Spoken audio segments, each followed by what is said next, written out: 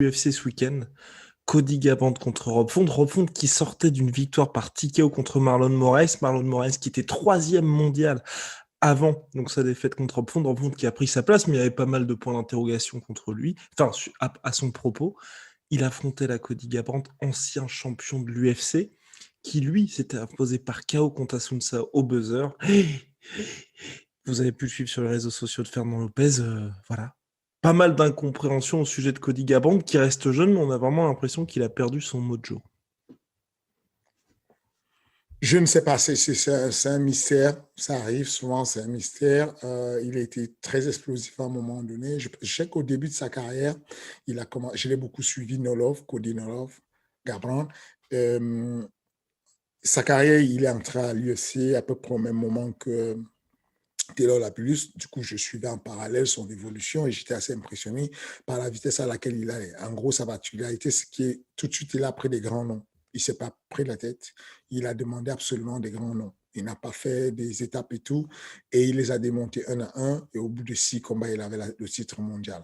2016, Euh, début d'année 2016, il n'est pas classé. Décembre, il est champion. c'est ça.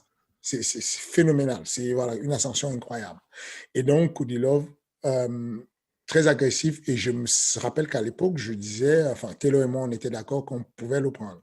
Alors que très calmement, on disait, bon, Cody, il est gentil, il a une très belle anglaise, mais on peut le battre parce que Taylor a un meilleur sol, parce que même si Cody a une très belle lutte, mais Taylor a un meilleur sol. Et parce que Taylor ne se fait pas toucher n'importe comment. Il fait partie de ces mecs-là qui ne se font pas toucher. Donc, on extrapolait un peu alors qu'on n'était même pas, on n'était pas à son niveau, puisqu'il nous avait doublé très rapidement, il était très bien classé. Et puis est arrivé ce combat contre Cruz, où il a surclassé Cruz dans son propre domaine, avec un footwork incroyable. Et là, on s'est dit, bon, Cody, c'est pas exactement ce qu'on pensait. C'est-à-dire qu'on pensait qu'il va être facile, et que bon, c'est une affaire de j'envoie les papins et le premier touche et je ne bouge pas. Et là, on avait un mec qui a masterisé le déplacement. Il a battu Cruz dans son propre domaine. Voilà, gros respect, voilà quoi. Mais voilà un peu ce que je savais de lui. Ensuite, il y a cet arrêt qui le met pendant quelques temps sur la touche. Et là, le retour, j'ai posté un truc où j'ai dit le MMA est probablement l'un des sports les plus violents émotionnellement. Le désentraînement cause des dégâts incroyables. Le manque d'inactivité en MMA est dévastateur. Tu sors, tu vas en vacances, tu reviens des vacances de 6 mois, le MMA a changé. Tu La parles de ça en manière dont termes de, tu parles de ça en termes d'entraînement ou en termes de combat? Ou tout en termes ensemble? de ring roast, comme on appelle ça, D'accord. on dit, Ouais, le ring voilà, rust, ouais, c'est ça. Ouais. voilà, en termes du fait de ne pas combattre, quoi, de l'inactivité pure et simple. D'accord. Donc, tu peux t'entraîner comme tu veux, mais si tu es hors jeu et tu ne t'entraînes pas, tu le sentiras, quoi. Le MMA, c'est terrible comment la mise à jour elle est tout. Enfin, j'ai l'impression que toutes les semaines, il y a des updates et si tu as loupé une semaine, bah, tu arrives, les gars sont à la version 11.3 et toi, tu as la version 2.5, quoi. Enfin, et tu te fais dévaster. Bah, il a fait ce qu'il pouvait, mais on a eu l'impression que Rob Font s'en foutait en fait. Enfin, il n'y avait rien à faire. Enfin, il lui a dansé dessus. Euh, il a eu quasiment, Rob Font lui a mis quasiment le triple de coups qu'a mis Cody. Ça veut dire que Cody, pour s'économiser, pour ne pas être en dette d'oxygène, s'est débrouillé pour mettre moins de coups. Il a mis le tiers des coups de Rob Font. Malgré ça, Rob Font l'a quand même débordé et lui, enfin, il a démoli complètement. Je pense que là, pour le coup, on a un mec qui va prendre des vacances.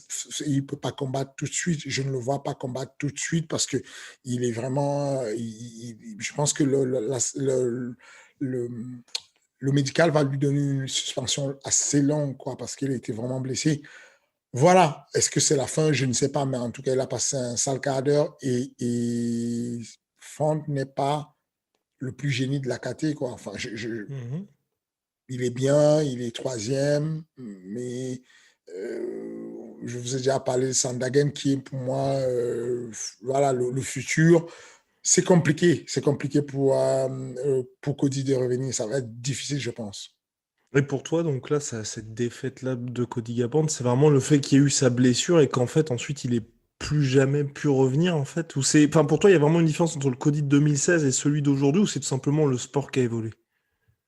C'est le sport qui évolue, Ok. c'est-à-dire que Ouais. c'est pas juste qu'il évolue, c'est que le sport évolue et si tu évolues avec, c'est bien. Mais le sport évolue et si tu t'arrêtes à un moment donné, je te parle pas d'entraînement parce que l'entraînement, c'est autre chose. Tu peux t'entraîner comme tu veux, ce n'est pas pareil qu'être là-dedans. Avoir cette sensation régulière, être tout le temps avec les dents qui règlent au parquet, être tout le temps. Enfin, les mecs ont faim quand ils arrivent à l'UFC, c'est un autre niveau. Les mecs sont. Voilà quoi. Donc, du coup, il faut être à jour. Si tu n'as pas la mise à jour, ça va être compliqué. Et je pense que très clairement, il n'a pas la mise à jour. Il n'a pas la bonne mise à jour. C'est difficile.